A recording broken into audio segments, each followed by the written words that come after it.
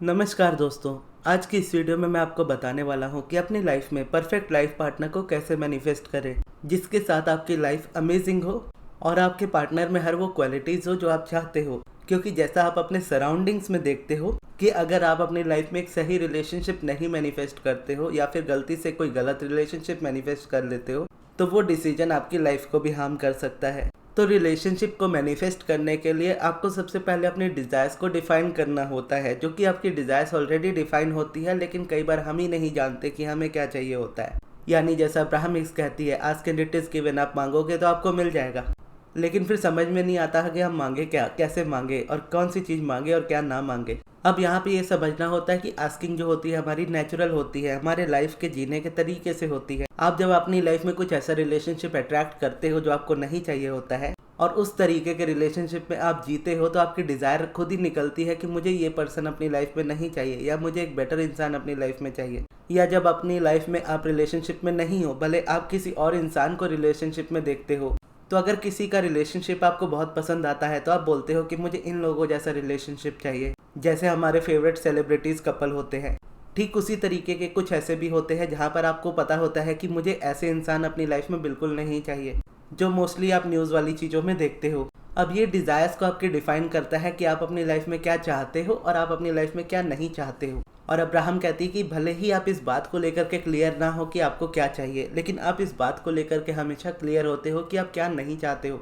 तो आपको अगर डिफ़ाइन नहीं कर पा रहे हो अपने डिज़ायर्स को कि क्या मैनिफेस्ट करना चाहिए और कैसे मैनिफेस्ट करना चाहिए, तो अब्राहम कहती है कि जब आप ये डिफ़ाइन कर लेते हो, यानी जब आपको ये समझ में आ जाता है कि मुझे ये चीज़ अपनी लाइफ में नहीं चाहिए, मुझे इस तरीके के लोग अपनी लाइफ में नहीं चाहिए, तो उस तरीके के लोगों और चीज़ों पर से आपको ध्यान हटाना होता है। ऑब्वियसली अब जब चीज़ें इतनी ज़्यादा बढ़ जाती है, जैसे न्यूज़ में इतनी सारी बातें जब आ जाती है, तो ध्यान ना चाहते हुए भी उन्हीं चीज़ों पर जाता है। तो हम नॉर्मली रिएक्ट ही करते हैं, जिस तरीके से रिएक्ट बाकी लोग करते हैं हम भी वैसे ही रिएक्ट करते हैं। लेकिन समझना यह है कि ये समाज का बस एक हिस्सा है, यानी एक सोसाइटी का एक हिस्सा है। पूरी सोसाइटी इस तरीके की नहीं है। अगर एक तरफ ऐसे लोग हैं जो आपको बिल्कुल नहीं चाहिए, तो इसके अपोजिट दूसरी तरफ बहुत अच्छे लोग भी हैं इस दुनिया में।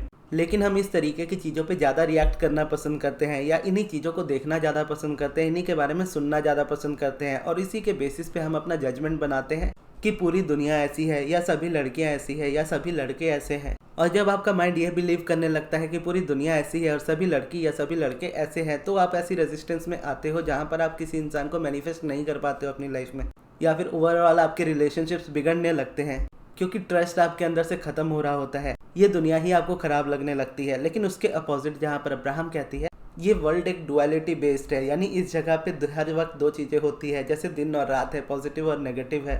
तो वैसे ही लोगों के बिहेवियर में भी पॉजिटिव और नेगेटिव आपको हमेशा ही दिखता रहेगा। लेकिन बस आपको क्या करना है कि आपको पॉजिटिव ज़्यादा ढूंढना है, क्योंकि पॉजिटिव आपको कोई जल्दी दिखाएगा नहीं और पॉजिटिव आपको खुद ही ढूंढना पड़ेगा। तो जब आप वो ढूंढते हो तो आप वाइब्रेशनली अलाइन होते हो अपने डिज़ायर्स के साथ, तब आप अपने डिज़ायर्स को मैनिफेस्ट करते हो, उन डिज़ायर्स को मैनिफेस्ट करते हो जिसकी आस्किंग आपने नेचुरली कर रखी है अपने कॉन्ट्रास्ट को देखते हुए यूनिवर्स से। और जब वो यूनिवर्स से आप डिज़ायर करते हो तो यूनिवर्स उसको वर्टेक्स में रियलिटी बना देता है। तो जब आप वाइब्रेशनली अलाइन होते हो तो वो चीज़ें आपकी लाइफ में रियलिटी बन जाती है। और ऐसे में अगर आप चाहो तो अपनी डिज़ायर्स को लेकर के आप लिस्ट भी बना सकते हो, यानी जहाँ पर हम कॉन्शियसली अपने आप को डेफिनेशन के तौर पे बताते हैं यूनिवर्स को कि मुझे ये चाहिए। जैसे अगर आप एक पेपर लेते हो, उसमें लिखते हो माई लाइफ पार्टनर। अब उस लाइफ पार्टनर में जो भी क्वालिटीज़ होनी चाहिए वो आप लिखते हो। वो दिखने में कैसे होने चाहिए, ऑनेस्ट होने चाहिए, काम करने वाले होने चाहिए, ऐसे प्रोफेशन में होने चाहिए, फिर उनकी लाइफ ऐसी होनी चाहिए, उनकी फैमिली ऐसी होनी चाहिए, उनके फैमिली मेम्बर्स का बिहेवियर कैसा होना चाहिए। यानी आपके अगर शादी करने वाले हो आप, तो आपके इन लॉज भी बहुत इंपॉर्टेंट होते हैं,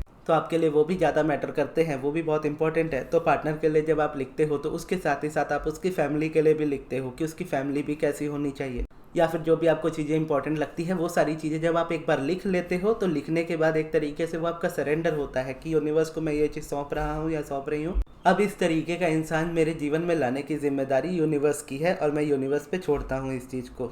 अब जब आप ये चीज़ दे देते हो यूनिवर्स को, फिर आपका कोई काम नहीं बनता कि आप किसी इंसान को ढूंढो, किसी के पीछे जाओ, किसी के साथ अपनी वाइब्रेशन को मैच करने की कोशिश करो। और ना ही इस जगह पे फिर आप कॉम्प्रोमाइज़ करते हो, चाहे सिचुएशन जैसी भी हो, एज निकल रही हो, अकेले रह जाने का डर लग रहा हो, या जो भी आपके मन में चल रहा हो, सारी चीज़ों को साइड करके बस एक चीज़ याद रखनी होती है इस जगह पे कि मैंने यूनिवर्स को कहा है इसको करने के लिए, वो कर देगा। मेरे केस में यहाँ पे जगन्नाथ जी होते हैं कि कोई चीज़ मैं उनको देता हूँ तो उन्हीं का काम होता है उसको करने का, फिर उसके बीच में मैं नहीं आता कभी भी। और इस जगह पे आपका काम ये होता है, यानी जब आप ये चीज़ें यूनिवर्स को सौंप देते हो तो आपका काम ये होता है कि आप बस उन चीज़ों पे फोकस करो जो आपको अच्छी लगे रिलेशनशिप को लेकर के, यानी वो न्यूज़ जो आपको परेशान करते हैं उनको अवॉइड करके उन कपल्स की सक्सेस स्टोरीज जो आपको इंस्पायर करे, या किसी कपल्स को लेकर के आप पॉजिटिव एस्पेक्ट्स लिखते हो तो ये चीज़ें आपको वाइब्रेशनली अलाइनमेंट में लेकर के आती है। जैसे मैं मोस्टली काफ़ी बार लिखता हूँ रितेश और जेनेलिया देशमुख के बारे में, क्योंकि वो मुझे सबसे ज़्यादा अच्छे लगते हैं एज अ कपल। अगर किसी पर्सन को लेकर के मुझे लिखना हो, फीमेल को लेकर के, तो मैं मोस्टली मृणाल ठाकुर को लेकर के लिखता हूँ, क्योंकि वो मेरी फेवरेट एक्ट्रेस है। अब इस जगह पर अगर मैं देखूँ तो मैं टॉपिक ऐसे चूज़ करता हूँ जो मेरी डिज़ायर नहीं है, यानी मृणाल ठाकुर के बारे में पॉजिटिव एस्पेक्ट लिख करके मुझे उनको मैनिफेस्ट नहीं करना, या रितेश जनेलिया को अपनी लाइफ में मैनिफेस्ट नहीं करना। मेरा बस इतना ये इंटेंशन होता है कि जब मैं ये लिख रहा हूँ तो मेरी वाइब्रेशन एक पर्टिकुलर रिलेशनशिप को लेकर के, यानी एक रिलेशनशिप के सब्जेक्ट को लेकर के, हस्बैंड वाइफ के सब्जेक्ट को लेकर के, कपल के सब्जेक्ट को लेकर के एक अच्छी वाइब्रेशन रहे। और जो इंसान जो मुझे पसंद है, जैसे मृणाल ठाकुर, अगर मैं उसके लिए पॉजिटिव एस्पेक्ट्स लिखता हूँ तो एक पर्टिकुलर अप्रिशिएशन मेरा रहता है एक वुमेन के प्रति। तो यूनिवर्स उस वाइब्रेशन को समझता है, भले आप उस डायरेक्ट डिज़ायर के बारे में बात नहीं कर रहे, क्योंकि आपकी जो डिज़ायर डायरेक्ट है वो ऑलरेडी आपके वर्टेक्स में रियलिटी है। आप बस यहाँ पे अपने आप को वाइब्रेशनली मैच करने का काम कर रहे हो। तो बस आपको यही करना है कि आप एक लिस्ट बना लो, अगर आप परफेक्ट लाइफ पार्टनर मैनिफेस्ट कर रहे हो और कोई इंसान आपकी लाइफ में नहीं है तो।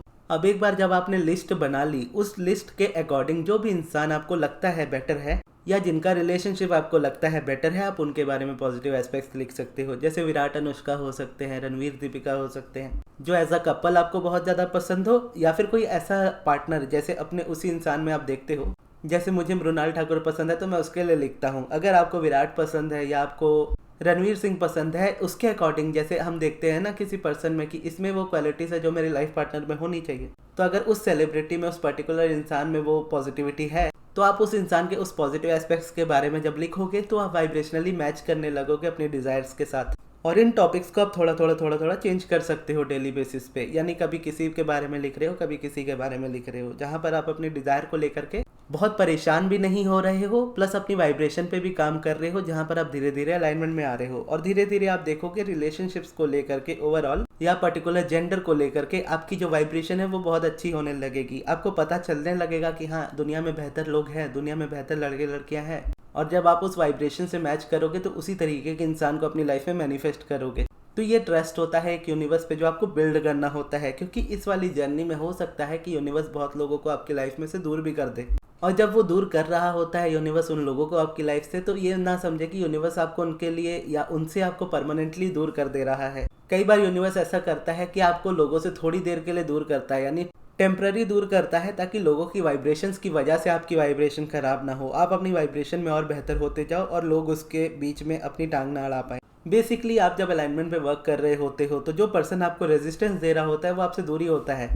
फिर एक टाइम आता है आप अपने आप को वाइब्रेशनली इतना अलाइन कर लेते हो कि किसी के कहने से या किसी के वाइब्रेशन की वजह से आपकी वाइब्रेशन नहीं गिरती है, तो वैसी सिचुएशन में जो पर्सन आपसे दूर गए होते हैं वो आपकी लाइफ में वापस आ जाते हैं। या कई बार ऐसा भी होता है कि वो वापस नहीं आते हैं, आप खुद ही उनसे दूर हो जाते हो। तो यहाँ पे इसीलिए यूनिवर्स पे ट्रस्ट बहुत ज़्यादा जरूरी हो जाता है कि यूनिवर्स जो कर रहा है परफेक्ट कर रहा है, उसको उसके तरीके से काम करने दो। ये ट्रस्ट होना बहुत ज़्यादा जरूरी है। जब तक ये ट्रस्ट नहीं होगा आप टेक्निक्स करते फंस जाओगे बीच में। ये ट्रस्ट भी आपका टाइम के साथ साथ डेवलप होता है, तो अगर आप स्टार्टिंग में नहीं भी कर पाओ तो चलेगा। बस आपको इतना समझना है कि आप एक रूटीन पकड़ो जिसको आप डेली बेसिस पे कंप्लीट कर पाओ, जिसमें आप मेडिटेशन, पॉजिटिव एस्पेक्ट्स, ये 2 चीज़ें ही अगर आप करो तो काफ़ी है, इससे ज़्यादा की नीड भी नहीं है। तो ये थी हमारी आज की वीडियो। आपको ये वीडियो कैसी लगी कमेंट्स में ज़रूर बताइएगा, और इस वीडियो को यहाँ तक देखने के लिए बहुत बहुत धन्यवाद।